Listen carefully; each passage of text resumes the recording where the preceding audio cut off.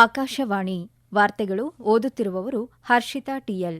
ಮುಖ್ಯಾಂಶಗಳು: ಮುಂಗಾರು ಋತುವಿನ ರಸಗೊಬ್ಬರದ ಮೇಲಿನ ಸಬ್ಸಿಡಿ ದರ ನಿಗದಿಪಡಿಸುವ ಪ್ರಸ್ತಾವನೆ ಅನುಮೋದಿಸಿದ ಕೇಂದ್ರ ಸಚಿವ ಸಂಪುಟ. ಕರ್ನಾಟಕದ 2 ವಿಧಾನಸಭೆ ಉಪಚುನಾವಣೆ ಸೇರಿದಂತೆ ಅಸ್ಸಾಂ, ಕೇರಳ, ಪುದುಚೇರಿ ವಿಧಾನಸಭೆ ಚುನಾವಣೆ ನಾಳೆ ಮತದಾನ.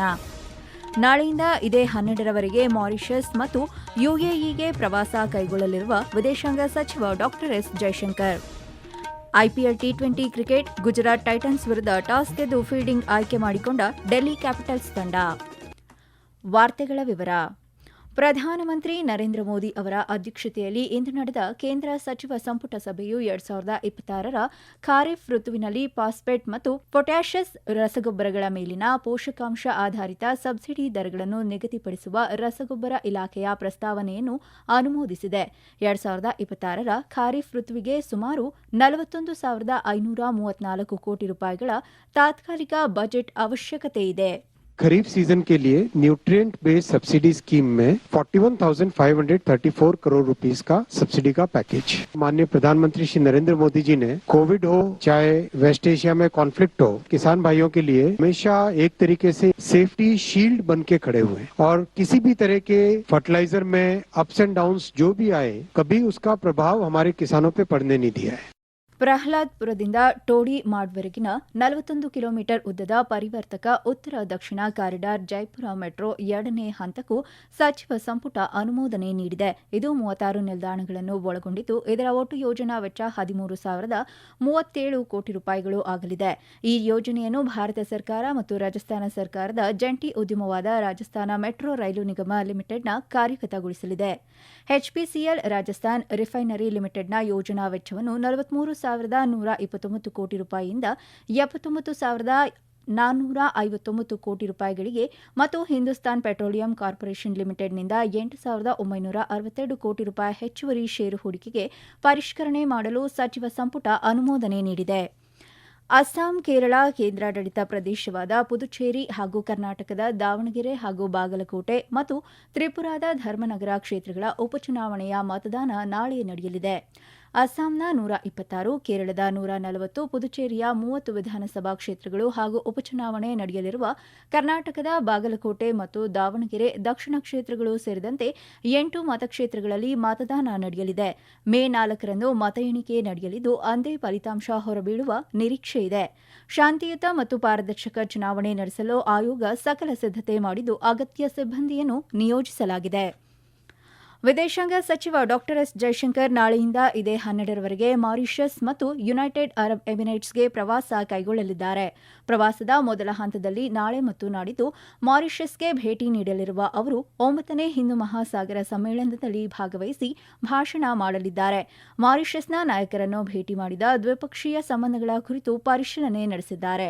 ಭೇಟಿಯ 2ನೇ ಹಂತದಲ್ಲಿ ಈ ತಿಂಗಳ 11 ಮತ್ತು 12ರಂದು ಯುನೈಟೆಡ್ ಅರಬ್ ಎಮಿರೇಟ್ಸ್ಗೆ ಜೈಶಂಕರ್ ಭೇಟಿ ನೀಡಲಿದ್ದಾರೆ. ಭೇಟಿಯ ಈ ಸಮಯದಲ್ಲಿ ಯುಎಇ ನಾಯಕರನ್ನು ಭೇಟಿ ಮಾಡಿ 2 ದೇಶಗಳ ನಡುವಿನ ನಿಕಟ ಸಹಕಾರವನ್ನು ಪರಿಶೀಲಿಸಲಿದ್ದಾರೆ.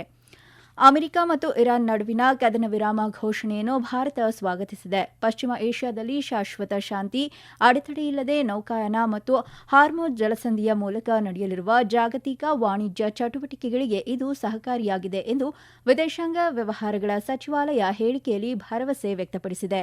ಪ್ರಸ್ತುತ ನಡೆಯುತ್ತಿರುವ ಸಂಘರ್ಷಕ್ಕೆ ಶೀಘ್ರ ಅಂತ್ಯವನ್ನು ತರಲು ಅಗತ್ಯವಾದ ಉದ್ವಿಗ್ನತೆ ನಿವಾರಣೆ ಮತ್ತು ರಾಜತಾಂತ್ರಿಕತೆಯನ್ನು ಭಾರತ ನಿರಂತರವಾಗಿ ಪ್ರತಿಪಾದಿಸುತ್ತಿದೆ. ಇಲ್ಲಿಯವರೆಗೂ ಸಂಘರ್ಷವು ಅಪಾರ ಸಾವು ನೋವುಗಳನ್ನು ಉಂಟುಮಾಡಿದ್ದು ಜಾಗತಿಕ ಇಂಧನ ಪೂರೈಕೆ ಮತ್ತು ವ್ಯಾಪಾರ ಜಾಲಗಳನ್ನು ಅಡ್ಡಿಪಡಿಸಿದೆ ಎಂದು ಸಚಿವಾಲಯ ತಿಳಿಸಿದೆ. ಇರಾನ್ನಲ್ಲಿ ನಡೆಯುತ್ತಿರುವ ಬೆಳವಣಿಗೆಗಳನ್ನು ಗಮನದಲ್ಲಿಟ್ಟುಕೊಂಡು ಭಾರತೀಯ ರಾಯಭಾರ ಕಚೇರಿಯ ಪ್ರಸ್ತುತ ಇರಾನ್ನಲ್ಲಿರುವ ಭಾರತೀಯ ಪ್ರಜೆಗಳು ರಾಯಭಾರ ಕಚೇರಿಯ ಸಮನ್ವಯದೊಂದಿಗೆ ಕಚೇರಿ ಸೂಚಿಸಿದ ಮಾರ್ಗಗಳನ್ನು ಬಳಸಿಕೊಂಡು ಬೇಗನೆ ಇರಾನ್ನಿಂದ ನಿರ್ಗಮಿಸುವಂತೆ ಸೂಚಿಸಿದೆ. ರಾಯಭಾರ ಕಚೇರಿಯೊಂದಿಗೆ ಪೂರ್ವ ಸಮಾಲೋಚನೆ ಮತ್ತು ಸಮನ್ವಯವಿಲ್ಲದೆ ಯಾವುದೇ ಅಂತಾರಾಷ್ಟೀಯ ಭೂಗಡಿಯನ್ನು ಸಮೀಪಿಸಲು ಯಾವುದೇ ಪ್ರಯತ್ನ ಮಾಡಬಾರದು. ಏತನ್ಮಧ್ಯೆ ಅಧಿಕೃತ ಅಧಿಸೂಚನೆಗಳಿಗೆ ಗಮನ ನೀಡುವಂತೆ ಭಾರತೀಯ ಪ್ರಜೆಗಳನ್ನು ರಾಯಭಾರ ಕಚೇರಿ ವಿನಂತಿಸಿದೆ. ಕಳೆದ ಹಣಕಾಸು ವರ್ಷದಲ್ಲಿ ಭಾರತವು 55 ಗಿಗಾವ್ಯಾಟ್ಗಿಂತ ಹೆಚ್ಚಿನ ಪಳೆಯುಳಿಕೆಯೇತರ ಸಾಮರ್ಥ್ಯವನ್ನು ಉತ್ಪಾದನೆ ಮಾಡಿದೆ ಎಂದು ಹೊಸ ಮತ್ತು ನವೀಕರಿಸಬಹುದಾದ ಇಂಧನ ಸಚಿವ ಪ್ರಹ್ಲಾದ್ ಜೋಶಿ ನವದೆಹಲಿಯಲ್ಲಿ ಮಾಧ್ಯಮಗಳಿಗೆ ಮಾಹಿತಿ ನೀಡಿದರು. 2025-26ರಲ್ಲಿ ನವೀಕರಿಸಬಹುದಾದ ಇಂಧನ ಸಾಧನಗಳ ಕುರಿತು ದೇಶದಲ್ಲಿ ಇಲ್ಲಿಯವರೆಗೆ ಪಳೆಯುಳಿಕೆಯೇತರ ಇಂಧನ ಮೂಲಗಳಿಂದ ಒಟ್ಟು 283 ಗಿಗಾವ್ಯಾಟ್ಗಿಂತ ಹೆಚ್ಚಿನ ಸಾಮರ್ಥ್ಯವನ್ನು ಸ್ಥಾಪಿಸಲಾಗಿದೆ ಎಂದು ಅವರು ಹೇಳಿದರು. ನವೀಕರಿಸಬಹುದಾದ ಇಂಧನ ಸ್ಥಾಪಿತ ಸಾಮರ್ಥ್ಯದಲ್ಲಿ ಭಾರತ ಜಾಗತಿಕ ಮಟ್ಟದಲ್ಲಿ 3ನೇ ಸ್ಥಾನದಲ್ಲಿದೆ ಎಂದು ಅವರು ಹೇಳಿದರು. ಈ ವಾರ್ತೆಗಳನ್ನು ಆಕಾಶವಾಣಿಯಿಂದ ಕೇಳುತ್ತಿದ್ದೀರಿ. ನಮ್ಮ ಎಲ್ಲಾ ರಾಷ್ಟ್ರೀಯ ವಾರ್ತೆಗಳು ಹಾಗೂ ಪ್ರದೇಶ ಸಮಾಚಾರ ಈಗ ಆಕಾಶವಾಣಿ ನ್ಯೂಸ್ ಕನ್ನಡ ಯೂಟ್ಯೂಬ್ ಚಾನೆಲ್ನಲ್ಲಿ ಲಭ್ಯ. ನಮ್ಮ ಎಕ್ಸ್ ಖಾತೆ ಮತ್ತು ಇನ್ಸ್ಟಾಗ್ರಾಂ ಖಾತೆ ಆಕಾಶವಾಣಿ ನ್ಯೂಸ್ ಕನ್ನಡ. ಹೆಚ್ಚಿನ ಮಾಹಿತಿಗಾಗಿ ನಮ್ಮ ಫೇಸ್ಬುಕ್ ಖಾತೆ ಆಕಾಶವಾಣಿ ವಾರ್ತೆ ಕನ್ನಡವನ್ನು ಅನುಸರಿಸಿ. ಮಾಹಿತಿಯ ಹೂರಣ ವಾರದ ಕಾರ್ಯಕ್ರಮ ಪ್ರಚಲಿತ ವಿದ್ಯಮಾನ ಪ್ರತಿ ಬುಧವಾರ 9:15ಕ್ಕೆ. ಪಶ್ಚಿಮ ಏಷ್ಯಾ ಸಂಘರ್ಷದ ನಡುವೆ ದೇಶಾದ್ಯಂತ ಗಣಿ ಮತ್ತು ವಿದ್ಯುತ್ ಸ್ಥಾವರಗಳಲ್ಲಿ ಸಾಕಷ್ಟು ಪ್ರಮಾಣದ ಕಲ್ಲಿದ್ದಲು ಸಂಗ್ರಹವಿದೆ ಎಂದು ಸರ್ಕಾರ ಇಂದು ಪ್ರತಿಪಾದಿಸಿದೆ. ಪಶ್ಚಿಮ ಏಷ್ಯಾದಲ್ಲಿನ ಇತ್ತೀಚಿನ ಬೆಳವಣಿಗೆಗಳ ಕುರಿತು ಅಂತರ ಸಚಿವರ ಸಭೆಯನ್ನುದ್ದೇಶಿಸಿ ಕಲ್ಲಿದ್ದಲು ಸಚಿವಾಲಯದ ಜಂಟಿ ಕಾರ್ಯದರ್ಶಿ ಸಂಜೀವ್ ಕುಮಾರ್ ಖಾಸಿ ನವದೆಹಲಿಯಲ್ಲಿಂದು ಮಾತನಾಡಿದರು. ಕಲ್ಲಿದ್ದಲಿನ ಬೆಲೆಯಲ್ಲಿ ಯಾವುದೇ ಏರಿಕೆಯಾಗಿಲ್ಲ. ಈ ವಲಯ ಪೂರ್ವಭಾವಿ ವಿಧಾನ ಮತ್ತು ಸಮಯೋಚಿತ ಕ್ರಮಗಳಿಂದಾಗಿ ಪಶ್ಚಿಮ ಏಷ್ಯಾ ಸಂಘರ್ಷದ ಪರಿಣಾಮ ತಾಕುವ ಮೊದಲೇ ಸಾಕಷ್ಟು ಕಲ್ಲಿದ್ದಲನ್ನು ಸಂಗ್ರಹಿಸಲಾಗಿದೆ ಎಂದು ಅವರು ಮಾಹಿತಿ ನೀಡಿದರು. ಕಲ್ಲಿದ್ದಲು ಕಂಪನಿಗಳು ಸಾಕಷ್ಟು ಕಲ್ಲಿದ್ದಲು ಪೂರೈಕೆಯನ್ನು ಖಚಿತಪಡಿಸಿಕೊಳ್ಳಲು ಸಚಿವಾಲಯ ಮಾರ್ಗದರ್ಶನ ನೀಡಿದೆ ಎಂದು ಅವರು ತಿಳಿಸಿದರು. ಪೆಟ್ರೋಲಿಯಂ ಮತ್ತು ನೈಸರ್ಗಿಕ ಅನಿಲ ಸಚಿವಾಲಯದ ಜಂಟಿ ಕಾರ್ಯದರ್ಶಿ ಸುಜಾತಾ ಶರ್ಮಾ ಮಾತನಾಡಿ, ದೇಶಾದ್ಯಂತ ಎಲ್ಪಿಜಿ, ಪೆಟ್ರೋಲ್ ಮತ್ತು ಡೀಸೆಲ್ ಸಾಕಷ್ಟು ಪ್ರಮಾಣದಲ್ಲಿ ಲಭ್ಯವಿದೆ ಎಂದು ಹೇಳಿದರು. ಗೃಹ ಬಳಕೆಗೆ 100% ಪೂರೈಕೆಯನ್ನು ಖಚಿತಪಡಿಸಿಕೊಳ್ಳಲು ದೇಶೀಯ ಗ್ರಾಹಕರಿಗೆ ಆದ್ಯತೆ ನೀಡಲಾಗಿದೆ ಮತ್ತು ವಾಣಿಜ್ಯ ಎಲ್ಪಿಜಿ ಪೂರೈಕೆಯನ್ನು ನಿಯಂತ್ರಿಸಲಾಗಿದೆ ಎಂದು ಅವರು ಮಾಹಿತಿ ನೀಡಿದರು. ರಾಷ್ಟ್ರ ರಾಜಧಾನಿ ಪ್ರದೇಶ ಮತ್ತು ಪಕ್ಕದ ಪ್ರದೇಶಗಳಲ್ಲಿನ ವಾಯು ಗುಣಮಟ್ಟ ನಿರ್ವಹಣಾ ಆಯೋಗವು ದೆಹಲಿಯ 300 ಕಿಲೋಮೀಟರ್ ವ್ಯಾಪ್ತಿಯೊಳಗೆ ಇರುವ 6 ಉಷ್ಣ ವಿದ್ಯುತ್ ಸ್ಥಾವರಗಳ ಮೇಲೆ ಸುಮಾರು 61.85 ಕೋಟಿ ರೂಪಾಯಿಗಳ ಪರಿಸರ ಪರಿಹಾರವನ್ನು ವಿಧಿಸಿದೆ. ಕಲ್ಲಿದ್ದಲಿನೊಂದಿಗೆ ಭತ್ತದ ಹುಲ್ಲಿನಿಂದ ಮಾಡಿದ 5% ಬಯೋಮಾಸ್ ಪೆಲೆಟ್ಗಳು ಅಥವಾ ಬ್ರಿಕೆಟ್ಗಳ ಮಿಶ್ರಣವನ್ನು ಬಳಸುವುದನ್ನು ಕಡ್ಡಾಯಗೊಳಿಸುವ ಶಾಸನಬದ್ಧ ನಿಬಂಧನೆಗಳನ್ನು ಪಾಲಿಸದಿದ್ದಕ್ಕಾಗಿ ಈ ಕ್ರಮ ಕೈಗೊಳ್ಳಲಾಗಿದೆ ಎಂದು ಪರಿಸರ ಸಚಿವಾಲಯ ಹೇಳಿಕೆಯಲ್ಲಿ ತಿಳಿಸಿದೆ. 2024-25ರ ಅವಧಿಯ ಅನುಸರಣೆಯ ಪರಿಶೀಲನೆಯ ಸಮಯದಲ್ಲಿ ಉಷ್ಣ ವಿದ್ಯುತ್ ಸ್ಥಾವರಗಳು ಈ ನಿಯಮವನ್ನು ಪಾಲಿಸಿಲ್ಲ ಎಂದು ಕಂಡುಬಂದಿದೆ. ಈ ವರ್ಷದ ಏಪ್ರಿಲ್ 15ರೊಳಗೆ ವಿಧಿಸಲಾದ ಪರಿಸರ ಪರಿಹಾರವನ್ನು ಠೇವಣಿ ಮಾಡಲು ಮತ್ತು ಠೇವಣಿಯ ಪುರಾವೆಯನ್ನು ಸಲ್ಲಿಸಲು ಆಯೋಗವು ಈ ಉಷ್ಣ ವಿದ್ಯುತ್ ಸ್ಥಾವರಗಳಿಗೆ ನಿರ್ದೇಶನ ನೀಡಿದೆ. 2030ರ ಕಾಮನ್ವೆಲ್ತ್ ಕ್ರೀಡಾಕೂಟವನ್ನು ಆಯೋಜಿಸಲು ರಾಜ್ಯದ ಸಿದ್ದತೆಯನ್ನು ಪರಿಶೀಲಿಸಲು ಮತ್ತು ಅಧ್ಯಯನ ಮಾಡಲು ಕಾಮನ್ವೆಲ್ತ್ ಕ್ರೀಡಾಕೂಟ ಫೆಡರೇಷನ್ ಉನ್ನತ ಮಟ್ಟದ ನಿಯೋಗ ಇಂದು ಗುಜರಾತ್ಗೆ 4 ದಿನಗಳ ಭೇಟಿ ನೀಡಿದೆ. ಗಾಂಧಿನಗರದಲ್ಲಿ ಇಂದು ಮುಖ್ಯಮಂತ್ರಿ ಭೂಪೇಂದ್ರ ಪಟೇಲ್ ಅವರೊಂದಿಗೆ ಸಭೆ ನಡೆಸಿ ನಂತರ ಈ ಭೇಟಿ ಆರಂಭಿಸಲಾಯಿತು. ನಿಯೋಗವು ವೀರ ಸಾವರ್ಕರ್ ಕ್ರೀಡಾ ಸಂಕೀರ್ಣ ಮತ್ತು ಅಹಮದಾಬಾದ್ನ ನರೇಂದ್ರ ಮೋದಿ ಕ್ರೀಡಾಂಗಣ, ಇಕೆಇ ಅರೇನಾ, ವಡೋದರಾ ಕ್ರಿಕೆಟ್ ಕ್ರೀಡಾಂಗಣ ಮತ್ತು ಏಕತಾ ಪ್ರತಿಮೆಯ ಬಳಿ ಏಕ್ತಾ ನಗರದಲ್ಲಿರುವ ಸೌಲಭ್ಯಗಳು ಸೇರಿದಂತೆ ಹಲವಾರು ಪ್ರಮುಖ ಕ್ರೀಡಾ ಸ್ಥಳಗಳಿಗೆ ಭೇಟಿ ನೀಡಲಿದೆ.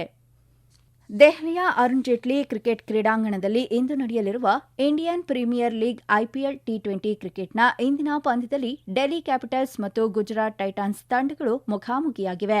ಟಾಸ್ ಗೆದ್ದ ಡೆಲ್ಲಿ ಕ್ಯಾಪಿಟಲ್ಸ್ ತಂಡ ಫೀಲ್ಡಿಂಗ್ ಆಯ್ಕೆ ಮಾಡಿಕೊಂಡಿದೆ. ಭಾರತ ಚುನಾವಣಾ ಆಯೋಗದ ಅಂತಾರಾಷ್ಟೀಯ ಚುನಾವಣಾ ಸಂದರ್ಶಕರ ಕಾರ್ಯಕ್ರಮದ ಅಡಿಯಲ್ಲಿ ಚುನಾವಣಾ ಪ್ರಕ್ರಿಯೆಯನ್ನು ವೀಕ್ಷಿಸಲು 6 ದೇಶಗಳಿಂದ 9 ಪ್ರತಿನಿಧಿಗಳು ಪುದುಚೇರಿಗೆ ಆಗಮಿಸಿದ್ದಾರೆ. ಕೊನೆಯಲ್ಲಿ ಮತ್ತೊಮ್ಮೆ ಮುಖ್ಯಾಂಶಗಳು. ಮುಂಗಾರು ಋತುವಿನ ರಸಗೊಬ್ಬರದ ಮೇಲಿನ ಸಬ್ಸಿಡಿ ದರ ನಿಗದಿಪಡಿಸುವ ಪ್ರಸ್ತಾವನೆ ಅನುಮೋದಿಸಿದ ಕೇಂದ್ರ ಸಚಿವ ಸಂಪುಟ. ಕರ್ನಾಟಕದ 2 ವಿಧಾನಸಭೆ ಉಪಚುನಾವಣೆ ಸೇರಿದಂತೆ ಅಸ್ಸಾಂ, ಕೇರಳ, ಪುದುಚೇರಿ ವಿಧಾನಸಭೆ ಚುನಾವಣೆ ನಾಳೆ ಮತದಾನ. ನಾಳೆಯಿಂದ ಇದೇ 12ರವರೆಗೆ ಮಾರಿಷಸ್ ಮತ್ತು ಯುಎಇಗೆ ಪ್ರವಾಸ ಕೈಗೊಳ್ಳಲಿರುವ ವಿದೇಶಾಂಗ ಸಚಿವ ಡಾ ಎಸ್ ಜೈಶಂಕರ್.